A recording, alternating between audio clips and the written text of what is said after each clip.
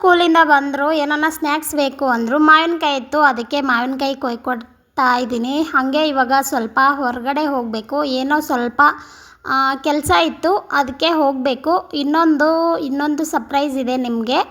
ನಾವು ಏನೋ ಒಂದು ಬಿಸ್ನೆಸ್ಸು ಸ್ಟಾರ್ಟ್ ಮಾಡ್ತಾ ಇದ್ದೀರಿ, ಅದಕ್ಕೋಸ್ಕರನೇ ಅದ್ರ ಬಗ್ಗೆನೇ ಆಚೆ ಹೋಗಿದ್ದಿದ್ದು.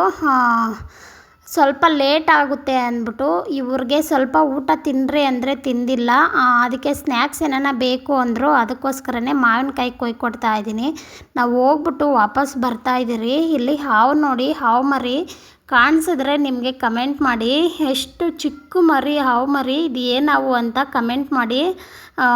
ಆಮೇಲೆ ಇನ್ನು ಸ್ವಲ್ಪ ಮುಂದೆ ಬಂದ್ರಿ, ಹಾಗೆ ನಡ್ಕೊ ಬರ್ತಾ ಇದ್ರಿ. ಇವರು ಸೈಕಲ್ ಎತ್ಕೊಂಡು ಹೋಗಿದ್ರು, ಯಾವ ಇದ್ದಿದ್ದು ನೋಡೋದಕ್ಕೆ ತುಳ್ದೇ ಇಲ್ಲ, ಹಾಗೆ ಮತ್ತು ಇನ್ನು ಸ್ವಲ್ಪ ಮುಂದೆ ಬಂದರೆ ಹೇಡಿಕಾಯಿ ನೋಡಿ. ಮಳೆ ಮಾತ್ರ ಜೋರಾಗಿ ಬಂದಿತ್ತು, ಅದಕ್ಕೋಸ್ಕರನೇ ಎಲ್ಲಿ ಹಾವುಗಳು ಹೇಡಿಕಾಯಿಗಳೆಲ್ಲ ಆಚೆ ಬಂದ್ಬಿಟ್ಟಿದ್ದಾವೆ.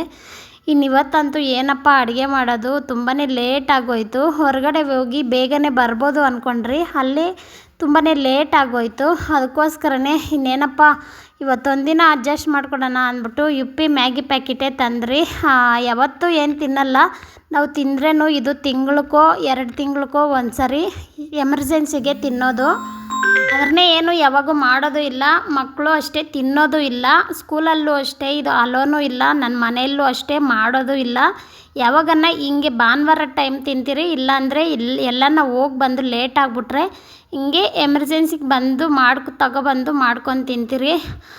ಓಕೆ ಫ್ರೆಂಡ್ಸ್, ಫುಲ್ಲು ಟಯರ್ಡ್ ಆಗಿಬಿಟ್ಟಿದೆ. ಇನ್ನು ಈ ವಿಡಿಯೋ ಇಲ್ಲಿಗೆ ಎಂಡ್ ಮಾಡ್ತಾಯಿದ್ದೀನಿ. ಇವತ್ತು ಬೇರೆ ಸ್ವಲ್ಪ ವಿಡಿಯೋ ಲೇಟ್ ಆಯಿತು, ಅಡ್ಜಸ್ಟ್ ಮಾಡ್ಕೊಳ್ಳಿ. ಪ್ಲೀಸ್ ಸಬ್ಸ್ಕ್ರೈಬ್ ಮಾಡಿಕೊಂಡು ಸಪೋರ್ಟ್ ಮಾಡಿ, ಲೈಕ್ ಮಾಡೋದು ಮಾತ್ರ ಮರಿಬೇಡಿ. ಬಾಯ್ ಬಾಯ್.